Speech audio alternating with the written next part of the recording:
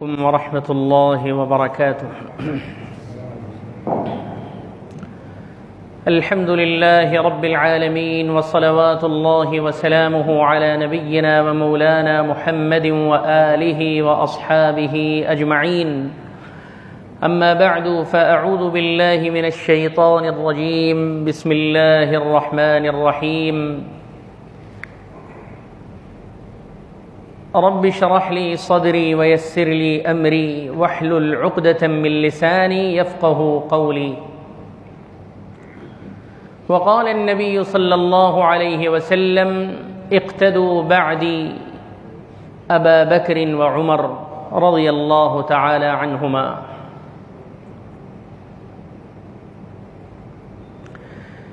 میرے قابل احترام بزرگوں اور دینی بھائیوں اور دوستوں،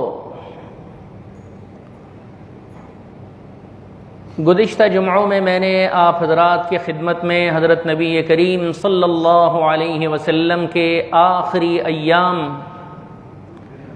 اور اس میں پیش آنے والے کچھ ضروری واقعات آپ کی خدمت میں رکھے تھے. اسی کو سلسلہ وار آپ حضرات کی خدمت میں مختصر طور پر رکھنے کا ارادہ ہے،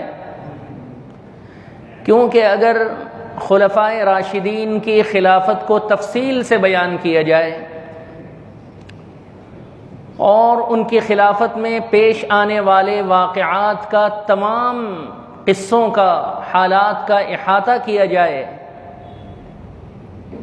تو یہ بڑا طویل معاملہ ہو جائے گا، اور عام طور پر کسی بات کو طویل طور پر بیان کرنے سے پچھلا حصہ بھی ذہن سے غائب ہو جاتا ہے اور عام طور پر لوگ بھی اس سے اکتا جاتے ہیں، طبیعت اچاٹ ہو جاتی ہے. اس وجہ سے میں تفصیل میں گئے بغیر آپ حضرات کی خدمت میں اسلام کے اتھینٹک اور احادیث شریفہ کی معتبر کتابوں سے کچھ ضروری واقعات ان حضرات کی خلافت کے اور خلیفہ بننے کے وقت میں جو حالات اور کریٹیکل سچویشنز پیدا ہوئے ان کی طرف توجہ دلاتے ہوئے آگے بڑھ جاؤں گا. لہذا آپ حضرات سے گزارش ہے کہ بہت ہی زیادہ غور اور اہتمام سے ان واقعات کو، ان حالات کو سنیں اور یہ ایک اسلامی تاریخ سمجھ کر اپنے ذہنوں میں رکھیں اور اپنی نسل کو، اپنی اولاد کو بتلائیں اور انہیں اس کی معرفت دیں. چنانچہ نبی کریم صلی اللہ علیہ وسلم کے انتقال کے بعد حضرت ابو بکر صدیق رضی اللہ تعالی عنہ خلیفہ ہوئے اور آپ کی خلافت کے اشارے نبی پاک صلی اللہ علیہ وسلم اپنی زندگی میں دے چکے تھے، یہ بھی آپ کو معلوم ہے. اور یہ حقیقت ہے کہ آپ صلی اللہ علیہ وسلم نے پبلک اور لوگوں کے فتنے کے ڈر سے، خوف سے واضح طور پر کسی کو نامنیٹ نہیں کیا تھا،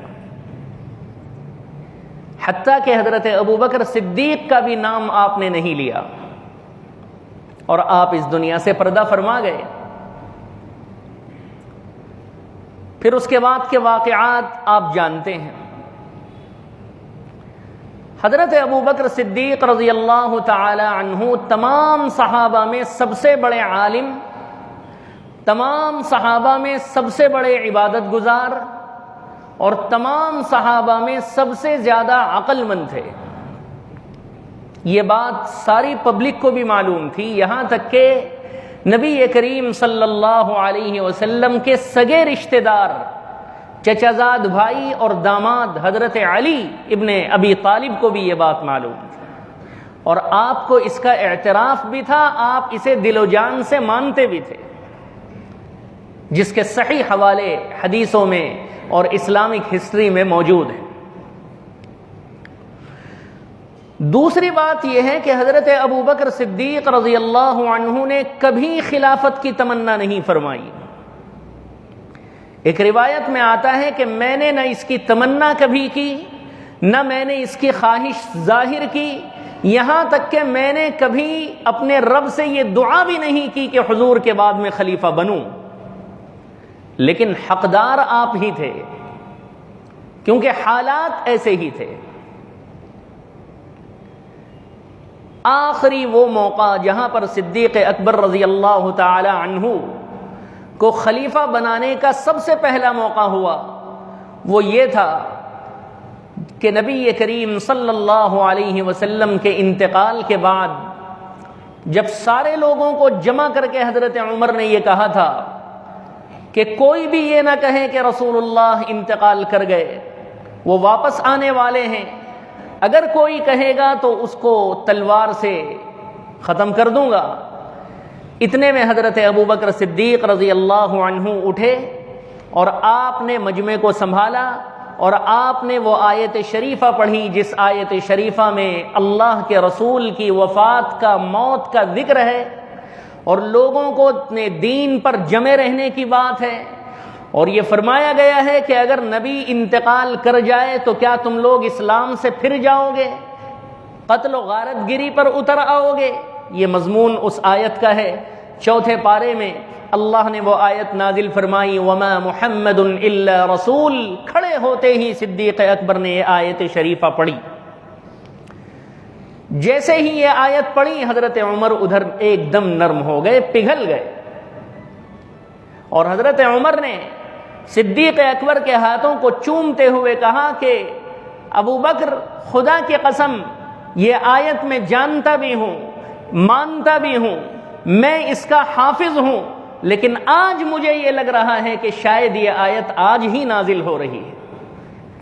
یہ کہہ کر آپ رضی اللہ تعالی عنہ نے، حضرت عمر بن خطاب نے حضرت ابو بکر صدیق کے ہاتھ پر بیعت فرمائی اور لوگوں میں اعلان کیا کہ اب نبی کریم صلی اللہ علیہ وسلم کے خلیفہ اور آپ کے جانشین اور مسلمانوں کی باغ ڈور کو سنبھالنے والے یہی ہو سکتے ہیں اور یہی ہیں۔ سب سے پہلے میں پہل کر رہا ہوں کہ ان کے ہاتھ پر خلافت کی بیعت کر رہا ہوں۔ آپ نے آپ کا ہاتھ تھام کر خلافت کی بیعت کر لی۔ جب لوگوں نے، پبلک نے دیکھا کہ عمر بن خطاب نے بیعت کر لی ہے، جو آدمی حضور کی وفات کے بعد سب سے سخت رویہ اختیار کیے ہوئے تھا، وہ جب ان کو خلیفہ مان رہا ہے، اور لوگوں کو بھی یہ آؤٹ لائن معلوم تھا کہ سب سے زیادہ خلافت کے مستحق ابو بکر ہی ہو سکتے ہیں، جنہوں نے 17 نمازیں نبی کریم صلی اللہ علیہ وسلم کی زندگی میں آپ کے مصلی پر آپ کی موجودگی میں پڑھائی ہیں۔ دھڑا دھڑ لوگوں نے بیعت کرنا شروع کر دیا، مہاجرین نے ادھر سے، انصار نے ادھر سے، تمام کے تمام نے حضرت صدیق اکبر رضی اللہ عنہ کو اپنا خلیفہ مان لیا۔ لیکن بیڈ لک، اس مجلس میں حضرت علی موجود نہیں تھے۔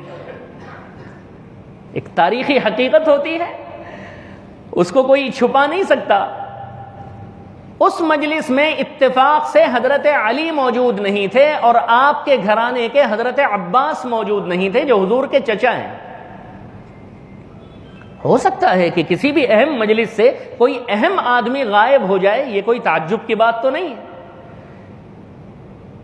اور یہ روایات جو میں آپ کو سنا رہا ہوں، یہ پوری سب سے اونچی کتابیں جو حدیث کی ہیں، بخاری، مسلم، ابو داود، ترمذی، ابن ماجہ، نسائی، ان میں پھیلی ہوئی حدیثیں ہیں۔ ان سب کو ایک جگہ جمع کر کے میں آپ کی خدمت میں رکھ رہا ہوں۔ پھر کچھ حقیقی تاریخی واقعات اسلام کی اردو تاریخ میں اور عربی تاریخ میں جو البدایہ والنہایہ ہے ابن کثیر رحمۃ اللہ علیہ کی، اس میں کچھ حدیثیں موجود ہیں۔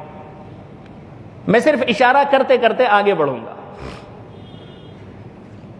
جب یہ دونوں حضرات اس مجلس میں موجود نہیں تھے اور ان کو معلوم ہوا کہ نبی کریم صلی اللہ علیہ وسلم کے بعد خلیفہ حضرت ابو بکر کو بنا لیا گیا ہے، تو یہ ان کا ایک حق تھا کہ ان کو تکلیف ہوتی کہ حضور کے سگے گھر والوں سے، رشتہ داروں سے اتنے بڑے مسئلے میں مشورہ نہیں لیا گیا۔ تکلیف ہوئی، اور ظاہر ہے ہر ایک کو ہوگی۔ چنانچہ یہ تکلیف حضرت علی کو بھی تھی اور حضرت عباس کو بھی تھی۔ اب دو قسم کی حدیثیں ہیں، ایک بخاری کی حدیث ہے اور ایک حدیث جو دوسری قسم کی ہے وہ ابو داود میں، بیہقی میں اور شعب الایمان میں اور البدایہ والنہایہ، ان 4 کتابوں میں یہ ایک بات بتاتی ہے، اور بخاری میں جو حدیث ہے وہ ایک بات بتاتی ہے۔ سب سے پہلے بخاری کی حدیث میں آپ کو بتلاؤں کہ حضرت علی رضی اللہ تعالی عنہ نے حضرت ابو بکر صدیق کی بیعت کو تسلیم نہیں کیا اور فرمایا کہ میں بیعت نہیں کرتا۔ اچھا، اس کے پیچھے جو بیہائنڈ سٹوری ہے وہ میں بتاؤں آپ کو، کیوں حضرت علی نے بیعت نہیں کی۔ حضرت ابو بکر کے خلیفہ بنتے ہی آپ کی عدالت میں ایک کیس آیا، اور اس کیس میں پارٹی تھی حضور کی بیٹی حضرت فاطمہ۔ سب سے پہلا کیس تھا حضرت ابو بکر صدیق کا۔ حضرت Fatima I as a party اور انہوں نے حضرت ابو بکر صدیق کے سامنے یہ درخواست پیش کی کہ میں محمد الرسول اللہ کی بیٹی فاطمہ ہوں، اور آپ کی وفات کے بعد آپ کی ایک پراپرٹی ہے باغ، ایک پورا بہت بڑا گارڈن جس کا نام فدق ہے، FIDAK، فدق، وہ باغ مجھے ملنا چاہیے، وہ میرے ابا کی پراپرٹی ہے۔ حضرت ابو بکر صدیق رضی اللہ عنہ نے صحیح بخاری کی جو حدیث اب ہے، بخاری تو بہت بعد میں آئی، حضرت ابو بکر صدیق کو تو وہ پہلے سے معلوم تھی حدیث۔ حضرت ابو بکر صدیق نے کیس کو سن کر یہ فیصلہ دیا کہ نبی کریم صلی اللہ علیہ وسلم کا ارشاد ہے، نحن معاشر الانبیاء لا نرث ولا نورث، کہ ہم انبیاء کی جو جماعت ہے وہ نہ ہم کسی کے وارث بنتے ہیں، نہ ہمارے مال کا کوئی دوسرا وارث بنتا ہے، ہمارا مال عام مسلمانوں کا ہے اور وہ بیت المال میں داخل کیے جانے والی چیز ہے۔ یہ حدیث میں صاف ہے، اور یہ حدیث کئی الفاظ سے الگ الگ پیٹرن میں آپ کو حدیثوں کے مجمع میں ملے گی۔ ایک حدیث میں اس طرح ہے، نبی کریم صلی اللہ علیہ وسلم فرماتے ہیں کہ ہمارا مال مسلمانوں کا ہے، ہمارا کوئی رشتہ دار اس کا وارث نہیں بن سکتا، صاف آپ صلی اللہ علیہ وسلم نے فیصلہ دے رکھا ہے۔ اس بات کی اطلاع بیٹی کو نہیں ہے۔ حضرت ابو بکر صدیق رضی اللہ عنہ نے ایز اے خلیفہ یہ حکم دیا اور یہ کیس خارج کر دیا۔ اس پر حضرت فاطمہ ناراض ہو گئی۔ ان کی ناراضگی اپنی جگہ بالکل صحیح تھی کہ میرے باپ کی پراپرٹی مجھے نہیں ملی، وہ باغ فدق مجھے ملنا چاہیے تھا۔ حضرت ابو بکر صدیق نے حق کا فیصلہ کیا، کوئی ناحق نہیں کیا، رسول اکرم صلی اللہ علیہ وسلم کی بات پر عمل کیا۔ لیکن حضرت فاطمہ کو ناراضگی ہو گئی۔ یہ واقعہ کہ حضرت فاطمہ حضرت ابو بکر سے ناراض ہو کر چلی گئیں صحیح بخاری میں موجود ہے۔ اب آئیے دیگر حدیثوں میں کیا موجود ہے۔ وہاں پر یہ ہے کہ حضرت ابو بکر صدیق رضی اللہ تعالی عنہ نے اس کا نوٹس لیا کہ نبی کی بیٹی مجھ سے ناراض ہو گئی، اس لیے انہوں نے حضرت فاطمہ رضی اللہ عنہا کے گھر کے باہر دھرنا دے دیا کہ جب تک نبی کی بیٹی مجھ سے خوش نہیں ہو جائے گی میں یہاں سے ہٹوں گا نہیں۔ 3 دن تک نماز پڑھاتے رہے، جا کر فاطمہ کے گھر کے باہر جو ہے بیٹھ جاتے۔ تیسرے دن حضرت فاطمہ رضی اللہ تعالی عنہا نے یہ پیغام بھیجا کہ ان سے کہہ دیں کہ میں راضی ہوں، خوش ہوں، اب میں ناراض نہیں ہوں۔ یہ جو حدیث ہے خوش ہونے والی بات، یہ دیگر حدیث کی کتابوں میں آئی ہے، لیکن صحیح بخاری میں جو بات آئی ہے ناراض ہونے والی بات، یہ اس ٹکر کی نہیں ہے، یہ بھی یاد رکھ لے۔ میں پوری امانت داری سے کہتا ہوں، مجھے حضرت فاطمہ اور حضرت علی کے درجے کو تھوڑا ڈاؤن کر کے نعوذ باللہ حضرت ابو بکر جو سب سے اعلیٰ ہیں ان کو افضل قرار دینا نہیں ہے، اس میں نہ میرا کوئی نقصان ہے نہ میرا کوئی فائدہ۔ میں تاریخی جو فیکٹس اور حقائق ہیں وہ آپ کے سامنے رکھنا چاہتا ہوں۔ چنانچہ یہ بات تو صحیح ہے کہ حضرت فاطمہ کو ناراضگی ہو گئی تھی، اور رسول کریم صلی اللہ علیہ وسلم کے 6 مہینے بعد حضرت فاطمہ کا انتقال ہو گیا۔ وہ ناراضگی ختم ہوئی تھی یا نہیں ہوئی تھی ہمیں اس میں پڑھنا نہیں ہے، لیکن حدیث کی 4 کتابیں اس بات کی گواہی دیتی ہیں کہ وہ ناراضگی ختم ہو گئی تھی، اور ہمیں صحابہ جیسی شخصیتوں سے یہی امید ہے کہ وہ اپنے دل کی بھڑاس کو دنیا ہی میں ختم کر کے اپنے رب سے جا کے ملے ہوں گے۔ اور نبی جیسی بیٹی حضرت فاطمہ جیسی ہستی کے بارے میں ہم یہ نہیں رکھ سکتے کہ دل میں وہ خلیفہ کے بارے میں کوئی کینہ رکھ کر اس دنیا سے گئی ہوں، ہم اس کو امیجن نہیں کر سکتے، سوچ نہیں سکتے۔ غالب گمان یہ ہے کہ وہ ناراضگی ختم ہو گئی تھی، لیکن حضرت علی رضی اللہ عنہ کو تو پوری طرح سے معلوم تھا کہ میری بیوی کا حق تھا اور وہ نہیں ملا۔ بیوی کی ناراضگی کی وجہ سے ظاہر ہے شوہر کو بھی ناراضگی ہوگی۔ مورخین لکھتے ہیں، تاریخ داں لکھتے ہیں کہ اس وجہ سے حضرت فاطمہ کہیں ناراض نہ ہو جائے، یہ سوچ کر حضرت علی حضرت ابو بکر کو 6 مہینے تک خلیفہ ماننے سے رکے رہے، ہولڈ کیے رہے۔ یہ ہے وہ بیہائنڈ سٹوری اس کے پیچھے۔ 6 مہینے کے بعد حضرت علی رضی اللہ تعالی عنہ نے حضرت ابو بکر صدیق رضی اللہ عنہ کو خلیفہ مانا، یہ صحیح بخاری میں موجود ہے۔ لیکن اس کے ساتھ سمجھنے والی بات یہ ہے، جس کو حضرت مولانا ادریس صاحب کاندھیلوی رحمۃ اللہ علیہ نے اپنی کتاب سیرت المصطفیٰ میں لکھا ہے، اور بہت اچھی بات لکھی ہے۔ وہ یہ لکھا ہے کہ حقیقت یہ ہے کہ حضرت ابو بکر صدیق رضی اللہ تعالی عنہ نے خلیفہ بننے کے کچھ دنوں بعد اس مجلس میں حضرت علی اور عباس نہیں تھے، دونوں کو بلایا اور بلا کر یہ مشورہ کیا کہ کیا شکایت ہے تمہیں مجھ سے، یہ بتائیں۔ اگر تمہیں مجھ سے کوئی شکایت ہے، میرے کیریکٹر پر کوئی آپ کو دھبا نظر آتا ہے، خلافت کے سلسلے میں مجھ سے کوئی کمی نظر آتی ہے، تو آپ اوپن کہہ دو، میں اس خلافت کو چھوڑ دوں گا اور یہ کرسی مجھے نہیں چاہیے۔ خدا کی قسم میں نے کبھی اس کی تمنا بھی نہیں کی، اور میں نے اپنے رب سے کبھی اس کی دعا بھی نہیں کی، میرے وہم و گمان میں بھی نہیں تھا کہ میں خلیفہ بنوں گا۔ اس وقت حضرت علی کے الفاظ آپ سنیں غور سے۔ حضرت علی نے کہا کہ حضرت آپ ہم تمام میں افضل ہیں سر آنکھوں پر، آپ خلافت کے سب سے زیادہ مستحق اور حقدار ہیں سر آنکھوں پر، اور آپ ہی اس کے لائق تھے سر آنکھوں پر۔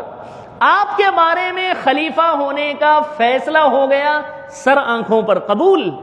لیکن مجھے شکایت بس اتنی ہے کہ اتنے اہم مشورے میں آپ نے مشورے میں ہمیں شامل نہیں کیا اور ہم سے مشورہ نہیں لیا گیا، یہ ناراضگی ہے، ورنہ میں آپ کو اسی دن خلیفہ مان چکا تھا، اور اب آپ سے بھی کہتا ہوں کہ آپ ہمارے خلیفہ ہیں، لائیے دوسری بار میں آپ کے ہاتھ پر بیعت کرتا ہوں، آپ ہمارے خلیفہ ہیں۔ یہ واقعہ بالکل شروع میں ہو چکا تھا، اب لوگوں کو کہنے کا موقع مل گیا، اور صحیح بخاری میں جو حدیث آئی ہے وہ بھی یہ 6 مہینے بعد والی بات ذکر کی ہے صحیح بخاری میں۔ پہلے جو بات آئی ہے وہ صحیح بخاری کو نہیں ملی، اس نے اسے کوٹ نہیں کیا۔ یہاں رک کر ایک بات اچھی طرح سمجھ لیجئے کہ قرآن کریم کے بعد سب سے سچی اور سب سے صحیح کتاب صحیح بخاری میں ہے، یہ گارنٹی ہے۔ مشرق و مغرب کے تمام علماء اس بات کو مانتے ہیں، لیکن اس بات کو بھی مانتے ہیں اور یہ بھی گارنٹی ہے کہ ہر صحیح چیز، تمام سچائیاں صحیح بخاری میں ہی آ گئی ہوں، ضروری نہیں۔ اس کا اعتراف خود امام بخاری نے کیا ہے کہ میں نے 5 لاکھ حدیثوں میں سے چن چن کر 7,000 حدیثیں صحیح بخاری میں لکھی ہیں۔ کتنے میں سے؟ 5 لاکھ حدیثوں میں سے نقل کر کے، جو بہت ہی زیادہ اتھینٹک ہوں، وہ میں نے اپنے ایکسپیرینس اور تجربے سے صحیح بخاری میں 7,000 حدیثیں ہیں، اور اس میں بھی اگر ڈبل حدیثوں کو نکال دیا جائے تو only 4,000 احادیث اتھینٹک احادیث از ان بخاری۔ آپ اندازہ لگائیے کہ صرف 4,000 حدیثوں میں اسلام کی ساری حقیقت سما جائے، یہ سمجھنا بے وقوفی ہے۔ اس لیے جو لوگ یہ کہتے ہیں نا کہ اسلام کی کوئی بھی بات ہے تو پوچھتے ہیں بخاری میں ہے کیا، بے وقوفانہ سوال ہے. بھئی کیا ضروری ہے بخاری میں ہی ہونا؟ یہ بخاری کا بخار ان لوگوں کو چڑھا ہوا ہوتا ہے جو ان کہانیوں اور حقیقتوں کو نہیں جانتے. مسلم میں بھی ہو سکتی ہے صحیح بات، ابو داود میں بھی ہو سکتی ہے صحیح بات، ترمذی میں بھی ہو سکتی ہے صحیح بات. ارے احادیث کی سینکڑوں کتابیں ہیں، سینکڑوں اتھینٹک، ہزاروں لوگ ہیں محدثین اور علماء، انہوں نے صحیح باتیں لکھی ہیں. کچھ قواعد اور کچھ گرامرز ہیں جن کو سامنے رکھ کر ہم کسی حدیث کو اتھینٹک کہہ سکتے ہیں، کسی کو فیک کہہ سکتے ہیں، کسی کو تھوڑا کمزور کہہ سکتے ہیں. 20-25 ہزار حدیثیں ایسی ہیں، 25,000 حدیثیں ایسی ہیں جو لوگوں نے جھوٹی بنائی ہیں، وہ بھی ہیں مارکیٹ میں، اور وہ ہم جانتے ہیں کون سی. یہ علماء کو معلوم ہے کہ وہ کون سی حدیثیں، ان کی تعداد 30 سے 35 ہزار، 25 ہزار سے 35 ہزار تک ہے، لوگوں نے بنا لی ہے. لیکن اللہ کا یہ کرم ہے کہ اللہ تعالیٰ نے دودھ کا دودھ اور پانی کا پانی علماء کے ذریعے کر دیا ہے. اس لیے اس اسلام کے اتھینٹک ہونے میں اور اس اسلام پر جو ہے عمل کرنے میں مسلمان کو جو ہے گھبرانے کی کوئی بات نہیں ہے. جو کچھ ملے گا اصلی ملے گا اسلام کے اندر. تو میں عرض کر رہا تھا کہ حضرت علی رضی اللہ تعالی عنہ نے شروع ہی میں حضرت ابو بکر کو خلیفہ مان لیا تھا. یہ حدیث کی دوسری کتابوں میں ہے، جو 4 کتابوں کا میں نے نام لیا. حضرت علی نے آپ کو خلیفہ نہیں مانا تھا، اور اس کیس کی وجہ سے حضرت فاطمہ حضرت ابو بکر سے ناراض تھی. یہ بات صحیح بخاری میں ہے. اب لوگوں کو موقع مل گیا کہ صحیح بخاری میں یہ بات آ گئی، اس لیے جو ہے حضرت ابو بکر کو اچھالو کیچڑ جتنا چاہیں ان کے اوپر. اب حضرت علی رضی اللہ عنہ سے جو ذرا ضرورت سے زیادہ ہی محبت کرنے والے کچھ لوگ ہوتے ہیں، وہ حضرت ابو بکر کو بھی کیچڑ اچھالتے ہیں، حضرت عمر پر بھی کیچڑ اچھالتے ہیں. ایک روایت میں یہ ہے کہ حضرت علی نے حضرت ابو بکر کو بلا بھیجا. آپ داماد رسول بھی ہیں، بھائی بھی ہیں حضور اکرم کے، آپ بلائیں تو یہ کوئی بری بات نہیں ہے. ایک حدیث میں ایسا ہے. اور بلا کر کے یہ عرض کیا کہ حضرت میں آپ سے خلافت کے بارے میں تنہائی میں اکیلے میں کچھ بات کرنا چاہتا ہوں. حضرت ابو بکر جانے والے تھے، حضرت عمر نے روک دیا کہ ابو بکر آپ اکیلے نہیں جا سکتے، عمر کو سیکیورٹی کا مسئلہ ہو گیا، خلافت کا مسئلہ ہے، کریٹیکل مسئلہ ہے، آپ اکیلے جائیں گے آپ پر کچھ حملہ ہو سکتا ہے، نہ جائیں، بہتر ہے نہ جائیں، کسی کے ساتھ جائیں. حضرت ابو بکر نے فرمایا کہ عمر ایسا کوئی مسئلہ نہیں ہے، مجھے علی سے کوئی خطرہ نہیں ہے، میں جاؤں گا، اور وہ تنہائی میں مجھ سے ملنا چاہتے ہیں، بہت اچھی بات ہے، میں جا کر کے ملوں گا، پوچھوں گا، دیکھوں گا کیا بات ہے.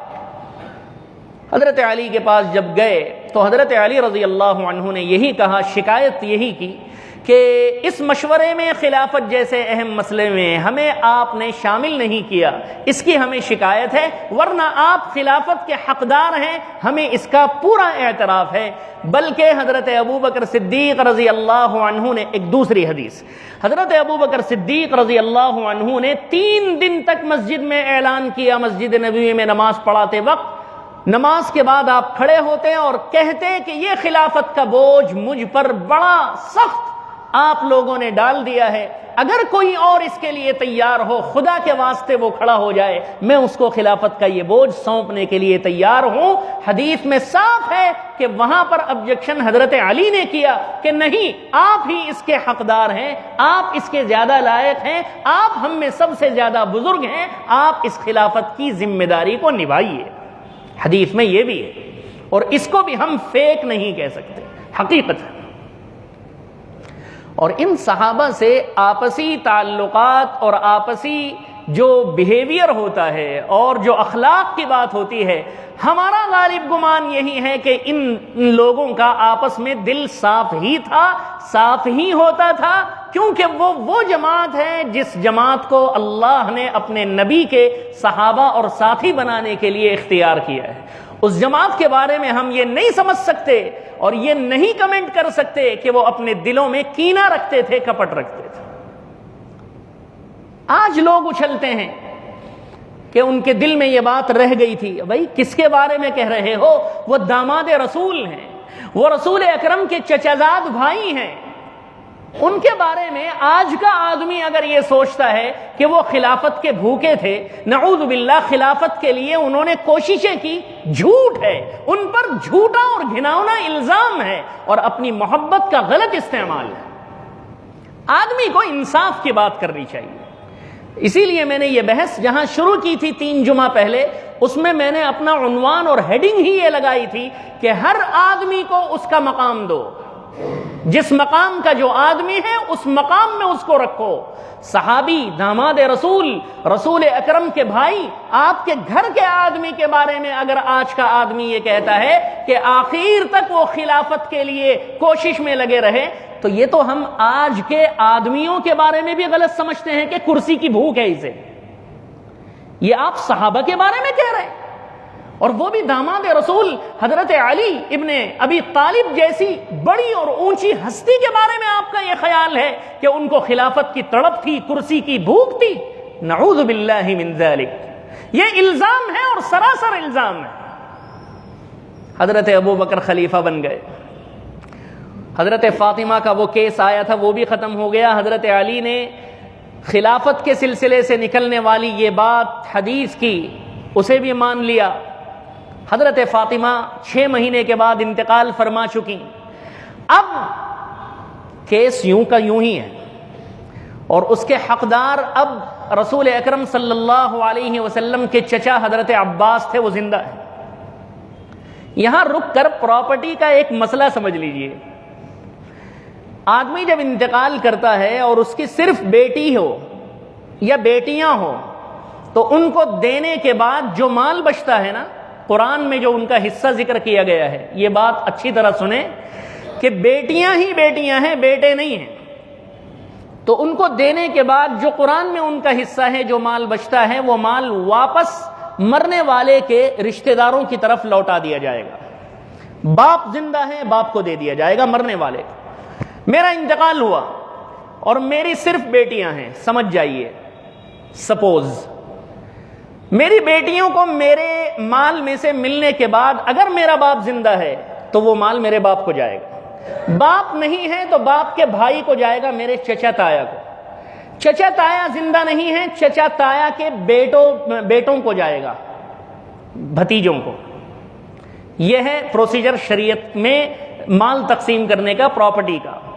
اسی لیے جو لوگ یہ مسئلہ جانتے ہیں وہ ایک غلطی یہ کرتے ہیں کہ ہمارے مرنے کے بعد ہمارا مال میرے بھائی کو نہ چلا جائے، اس نیت سے وہ زندگی ہی میں سارا اپنی بیٹیوں کے ہینڈ اوور کر کے چلے جاتے ہیں، پھر وہاں سزا کاٹتے ہیں اللہ کے یہاں جا کے، اپنے بھائی کو محروم کر کے جاتے ہیں۔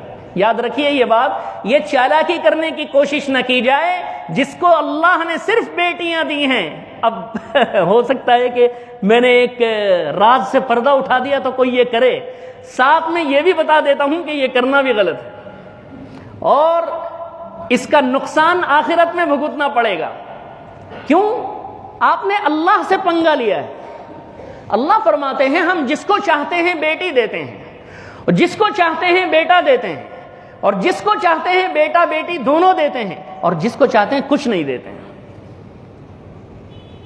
25ویں پارے میں یہ آیت ہے کہ یَهَبُ لِمَن يَشَاءُ إِنَاثًا، جس کو چاہتے ہیں بیٹیاں دیتے ہیں، وَيَهَبُ لِمَن يَشَاءُ الذُّكُورَ، اور جس کو چاہتے ہیں بیٹے ہی بیٹے دیتے ہیں، وَيَجْعَلُ مَن يَشَاءُ عَقِيمًا، اور جس کو چاہتے ہیں کچھ نہیں دیتے ہیں یا دونوں ملا کر دیتے ہیں۔ اللہ کی مرضی۔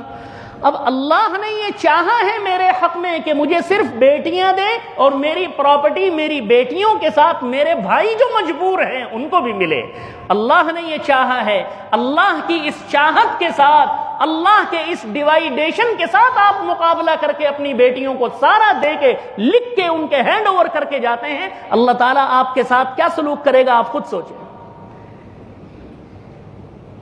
یہ مسئلہ رکھ دیں سائیڈ میں، اب سمجھ جانے کے بعد اب آئیے ہماری اپنی پرانی بحث کی طرف۔ اب حضرت عورت نبی کریم صلی اللہ علیہ وسلم کے بعد جو حضرت فاطمہ کیس لے کر حضرت ابوبکر کے پاس آئی تھی اپنے باپ محمد الرسول اللہ صلی اللہ علیہ وسلم کی پراپرٹی کا، اور حضرت ابوبکر نے یہ کہہ کر اس کیس کو خارج کر دیا تھا کہ رسول اللہ کی مرضی اس میں نہیں تھی کہ وہ ان کے گھر والوں کو ملے، رسول اللہ نے صاف لکھا ہے، فرما دیا ہے کہ یہ میرا مال میرے بچوں کا نہیں، تمام نبی جو دنیا سے جاتے ہیں وہ جو چھوڑتے ہیں وہ عام مسلمانوں کا ہے، اس لیے وہ گورنمنٹ کے ہاتھ میں رہے گا۔ صدیق اکبر نے اسے گورنمنٹ میں رکھا، آج تک 1400 سال گزر گئے، وہ باغ فدق گورنمنٹ ہی کے ہاتھ میں ہے۔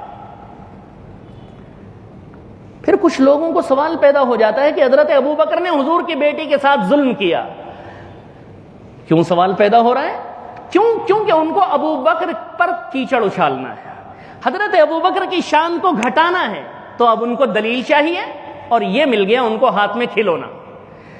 ان سے سوال ہے کہ اگر وہ حضرت ابوبکر صدیق کو برا بھلا کہہ سکتے ہیں کہ نبی کی بیٹی پر انہوں نے ظلم کیا، تو ہم کہتے ہیں جب چوتھے نمبر پر حضرت علی رضی اللہ عنہ خلیفہ بنے، حکومت کا پاور آپ کے ہاتھ میں آیا، تو انہوں نے کیوں رسول اللہ کی بیٹی کا حق نہیں دلوایا؟ یہ بات تو حضرت علی پر بھی فٹ ہو سکتی ہے نا، لیکن ہم ایسے نہیں ہیں جو صحابہ اکرام پر کیچڑ اچھالیں۔ خدا کے لیے بات کو سمجھو، اور دنیا میں جو عقل استعمال کرتے ہیں ایسے لوگ، وہ ذرا دین میں اور اسلام میں بھی عقل استعمال کر کے ان صحابہ پر جو ہے گالیاں بک کر اپنا ایمان تو نہ خراب کریں۔ پوچھنے کی بہت ساری باتیں ہیں، لیکن ہمیں بحث و مباحثہ نہیں کرنا ہے، ہمیں تاریخی حقیقت آپ کے سامنے رکھنی ہے۔ حضرت ابوبکر صدیق رضی اللہ عنہ بیمار ہوئے، 2 سال 3 مہینے یا 4 مہینے، 2.25 سال مشکل سے حضرت ابوبکر صدیق کی خلافت رہی، اس کے بعد آپ انتقال فرما گئے۔ لیکن آپ کے انتقال کے قریب جب آپ کی طبیعت خراب ہوئی، بڑے عبادت گزار آدمی تھے، اور خلافت کا بوجھ رسول اللہ کے بعد مسلمانوں کی باغ ڈور سنبھالنا معمولی بات نہیں ہے، اور دبلے ہو گئے تھے، دبلے تو تھے ہی، اور زیادہ باریک ہو گئے تھے۔ تھوڑا سا سر میں درد ہوتا پریشان ہو جاتے تھے، کہیں میرے جانے کا وقت تو نہیں ہو گیا۔ بیمار ہوئے، بیماری میں آپ نے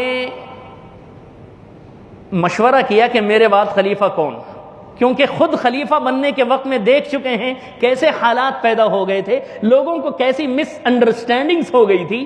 تو آپ نے سوچا کہ میں سارا قصہ ہی ختم کر دوں گا، نامنیٹ کر کے چلا جاؤں گا، لوگوں کو ماننا پڑے گا، میرا حکم ہے، خلیفہ ہوں میں جس کو لکھ دوں وہ خلیفہ ہے۔ آپ نے سب سے پہلے امت کے ایک بہت بڑے بزرگ، بہت بڑے عقل مند، بہت بڑے تجربے کار، اور صحابہ میں ایک بہت بڑے مالدار حضرت عبد الرحمن ابن عوف کو بلایا اور مشورہ کیا کہ عبد الرحمن، امید یہ لگ رہی ہے کہ اب میں زیادہ دن نہیں رہوں گا، کیا رائے ہے میرے بعد کون خلیفہ بنے مسلمانوں کا، کہ خلافت کون سنبھالے؟ عبد الرحمن ابن عوف نے پوچھا کہ آپ کی کیا رائے ہے، آپ کے دماغ میں کیا ہے؟ حضرت ابوبکر نے کہا میری رائے عمر بن خطاب کے بارے میں، وہ امت کو سنبھالے گا اور بہت اچھی طرح سنبھالے گا۔ عبد الرحمن بن عوف سر پکڑ کے بیٹھ گئے کہ حضرت اتنا ظلم نہ کریں خدا کے لیے، عمر جیسے سخت دل آدمی کو آپ ہمارے اوپر حاکم بنا کے جائیں گے، ہم تو مر جائیں گے۔ حضرت ابوبکر نے اطمینان سے سن لیا، ان کو بھیج دیا۔ پھر ایک اور صحابی حضرت طلحہ، جن کو 10 صحابہ جن کو جنت کی خوشخبری دنیا میں حضور نے دی ہے، ان میں ایک عبد الرحمن بن عوف ہیں، ایک طلحہ ہیں، اور 8 اور ہیں۔ ان میں سے حضرت طلحہ کو بلایا، یہ بھی بڑے سمجھدار اور بڑے بزرگ صحابی تھے۔ ابو بکر نے ان سے پوچھا کہ طلحہ، خلافت کے بارے میں کیا رائے ہے؟ مجھے لگتا ہے کہ اب میں زیادہ دن نہیں رہوں گا۔ حضرت طلحہ نے بھی وہی سوال کیا کہ آپ کی کیا رائے ہے؟ انہوں نے کہا کہ عمر بن خطاب نام میرے ذہن میں ہے۔ حضرت طلحہ نے بھی یہی کہا کہ حضرت رحم فرمائیے، اگر عمر بن خطاب کو آپ نے خلیفہ بنا دیا، ایسا سخت آدمی ہمارا بیڑا غرق کر کے رکھ دے گا، خدا کے لیے آپ اسے خلیفہ نہ بنائیں۔ طلحہ کی رائے یہ تھی، کیونکہ حضرت عمر کی سختی سب جانتے تھے، دین کے معاملے میں آپ اتنا سخت، رسول اکرم نے گواہی دیتی تھی کہ عمر اذا سلکت فجا ورآک ابلیس یسلک فجا غیر فجک، عمر تمہارا تو یہ حال ہے کہ اگر تم ایک گلی سے نکلے اور اس گلی میں ادھر سے ابلیس آ رہا ہو تو وہ تمہیں دیکھ کے اپنا راستہ بدل دے گا، تم اتنے سخت آدمی ہو۔ سارے مسلمانوں کو یہ بات معلوم تھی کہ عمر کیسے آدمی ہے۔ حضرت ابوبکر نے ان کی رائے بھی سن لی اور سن کر حضرت عثمان کو بلایا۔ حضرت عثمان رضی اللہ عنہ بھی داماد رسول ہیں، دو دو بیٹیاں رسول اکرم کی ان کے نکاح میں تھیں۔ بلا کر کے کہا کہ عثمان، میں نے عبد الرحمن سے مشورہ کیا، طلحہ سے مشورہ کیا، ان لوگوں کی یہ رائے ہے، اور میری رائے عمر بن خطاب کے بارے میں ہے، اور ان دونوں کو حضرت ابوبکر نے یہ کہا کہ تم لوگ عمر کو سخت کہہ رہے ہو لیکن میں عمر کو قریب سے جانتا ہوں، وہ جتنا اوپر سے سخت ہے نا اتنا ہی اندر سے نرم ہے، اور جب خلافت کا بوجھ اس کے اوپر جائے گا تو وہ اور نرم پڑ جائے گا، بے فکر رہو۔ حضرت ابوبکر صدیق نے یہ ساری گفتگو حضرت عثمان کو سنائی، اور حضرت عثمان کو سنا کر کہا کہ میرا دل یہ گواہی دیتا ہے کہ میرے بعد حضرت عمر بن خطاب خلیفہ بنے، اور اب مجھے زیادہ دن اس دنیا میں نہیں لگتے اپنی زندگی کے، اس لیے عثمان لکھو۔ وصیت نامہ حضرت عثمان کو پکڑا دیا کہ لکھو، بسم اللہ الرحمن الرحیم، من ابی بکر ابن ابی قحافہ، ابو قحافہ کے بیٹے ابو بکر سے یہ وصیت نامہ ہے کہ میرے بعد جو خلیفہ بنے گا، مسلمانوں کی باغ ڈور سنبھالے گا، اتنا لکھایا تھا مضمون بے ہوش ہو کر گر پڑے۔ تاریخ اسلام البدایہ والنہایہ کی گواہی ہے کہ اتنا مضمون لکھایا تھا، آگے نام نہیں لکھایا تھا، بے ہوش ہو گئے، بول نہیں سکے۔ حضرت عثمان پریشان کہ بھائی نام نہیں لکھوایا، اب تو وبال کھڑا ہو جائے گا امت میں، کیا کریں؟ حضرت عثمان کی عقل مندی کی داد دینی چاہیے کہ حضرت عثمان نے سوچا کہ شروع دن سے عمر بن خطاب کا رٹا لگا رہے تھے ابو بکر، عبد الرحمن سے بھی یہی کہا، طلحہ سے بھی یہی کہا، مجھ سے بھی یہی کہا، عمر بن خطاب کا نام لکھ دیں گے، ہوش آ جائے گا پوچھ لیں گے، نہیں ہوش آ جائے گا اسی کو پبلک میں عام کر دیں گے۔ نام لکھ دیا کہ میرے بعد خلیفہ عمر بن خطاب ہوں گے۔ وآخر دعوانا ان الحمد للہ رب العالمین۔ وصیت کا آخر دعوانا ہے، بیان کا نہیں، 2-4 منٹ اور لوں گا۔ لکھ کے لفافہ بند کر دیا۔ اللہ کا کرنا ایسا ہوا کہ ابو بکر رضی اللہ عنہ کو چند گھنٹوں میں ہوش آ گیا۔ الحمدللہ حضرت عثمان نے پھر وہ پیپر کریکشن کر لیا کہ حضرت ابو بکر نے خود پوچھا، روایت میں الفاظ ہیں، حضرت ابو بکر نے خود پوچھا کہ عثمان کہاں تک لکھا تھا؟ حضرت عثمان نے کہا کہ حضرت جہاں تک آپ نے لکھایا تھا وہیں تک لکھا تھا، لیکن مجھے شک ہوا کہ کہیں یہی آپ کا آخری لمحہ نہ ہو جائے، میں نے احتیاطاً امت فتنے میں نہ پڑ جائے عمر بن خطاب کا نام لکھ دیا تھا۔ حضرت ابو بکر اچھل پڑے کہ عثمان تم نے میرے دل کی بات لکھی، میں وہی نام لکھوانا چاہ رہا تھا۔ چنانچہ عمر بن خطاب رضی اللہ عنہ کا نام لکھ دیا، لفافہ بند، سیل بند کر کے وہ حضرت ابو بکر نے اپنے اس سامان میں رکھ دیا جو آپ کی میراث ہے، اور پبلک میں یہ بات عام کروا دی کہ میرے مرنے کے بعد خلیفہ کون ہوگا وہ اس لفافے کو کھول کر دیکھ لینا، اس میں جس کا نام ہوگا وہ میرے مرنے کے بعد خلیفہ ہوگا۔ حضرت ابو بکر صدیق رضی اللہ عنہ کا تیسرے دن انتقال ہو گیا۔ اب خلیفہ تو طے ہے، لیکن خلیفہ طے ہونے سے پہلے وہ خط تو کھولا جائے گا نا کہ کون خلیفہ ہے۔ اب لوگوں میں کھچڑیاں پک رہی ہیں کہ اب ان کے بعد کون خلیفہ، کیونکہ پبلک کو معلوم نہیں ہے، 3 لوگوں کے سوا کسی کو نہیں پتا کون خلیفہ بن رہا ہے۔ عبد الرحمن بن عوف کو پتا تھا، کلیئر نہیں تھا ان کے پاس بھی۔ طلحہ کو پتا تھا کون بننے والا ہے، کلیئر نہیں تھا۔ عثمان بن عفان کو پکا پتا تھا کہ خلیفہ عمر بن خطاب بننے والے ہیں۔ پرچی کھولنے سے پہلے جب وہ خط لے کر کے مسجد نبوی میں تمام لوگوں کی موجودگی میں حضرت عثمان موجود ہیں، حضرت عمر موجود ہیں اور دیگر اکابر صحابہ موجود ہیں، ایک آدمی کھڑا ہوا اور پوچھنے لگا حضرت عمر سے، کس سے؟ حضرت عمر سے۔ یہ دیکھو پبلک اور عوام کا خیال میں بتانا چاہتا ہوں کیا ہوتا ہے۔ جیسے ہوتا ہے نا کہ وزیر اعظم کہیں جانے والے ہیں تو میڈیا میں کیا اچھلتا ہے کہ وزیر اعظم کا وہاں سفر ہے اور یہ باتیں ہونے کے چانسز ہیں، سب کچھ میڈیا میں آ جاتا ہے۔ وہ بیچارہ ابھی گیا بھی نہیں وہاں جانے کے بعد وہ کیا گل کھلائے گا وہاں، وہ بھی کسی کو پتہ نہیں، لیکن میڈیا کو سب پتہ رہتا ہے، کیونکہ وہ جبرائیل کے خاندان سے ہوتی ہے، اسے سب معلوم ہوتا ہے کیا ہونے والا ہے۔ نعوذ باللہ من ذالک۔ تو ایک آدمی کھڑا ہوا اور حضرت عمر سے کہنے لگا اس چٹھی میں کیا لکھا ہے آپ کو معلوم ہے؟ کون خلیفہ بنے گا؟ حضرت عمر نے کہا مجھے، اور حقیقت یہ ہے کہ حضرت عمر کو بھی نہیں پتا تھا کہ وہ بننے والے، ان کو خواب و خیال میں بھی نہیں تھا، خدا کی قسم۔ لیکن اس آدمی کی شرارت دیکھیے، اس نے کہا کہ آپ کو معلوم ہے؟ عمر نے کہا نہیں، مجھے کیا معلوم؟ اس نے کہا کہ اس میں آپ کا نام لکھا ہے، ہوائی میڈیا والی فائرنگ، اس میں آپ کا نام لکھا ہے، تم نے ابو بکر کو خلیفہ بنایا، ابو بکر تمہیں بنا کے جا رہا ہے۔ یہ کہا اس نے، اس آدمی نے یہ کہا۔ البدایہ والنہایہ اسلامی تاریخ میں یہ بات لکھی ہے، لیکن احتیاطاً اس کا نام وہاں بھی نہیں لکھا ہے، اس لیے میں بھی نہیں بتا سکتا وہ کون آدمی تھا۔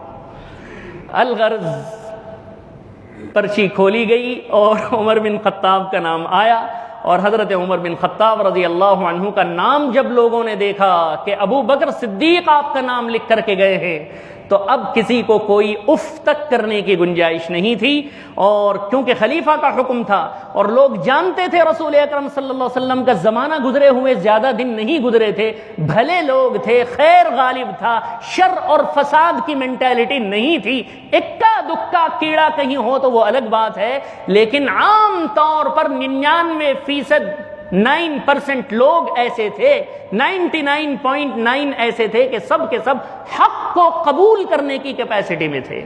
انہوں نے ایک دم حضرت عمر بن خطاب کے ہاتھ پر بیعت کر لی، اسی مجلس میں، اسی مسجد میں اور اسی جلسے میں آپ خلیفہ بن گئے۔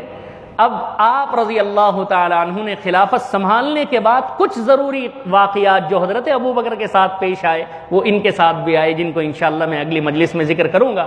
اللہ تبارک و تعالی ہم سب کو حضرات صحابہ کے جو ہے احترام کو ملحوظ رکھنے اور ان کے مقام کو، ان کی قدر کو جاننے کی توفیق اور ہمت عطا فرمائے۔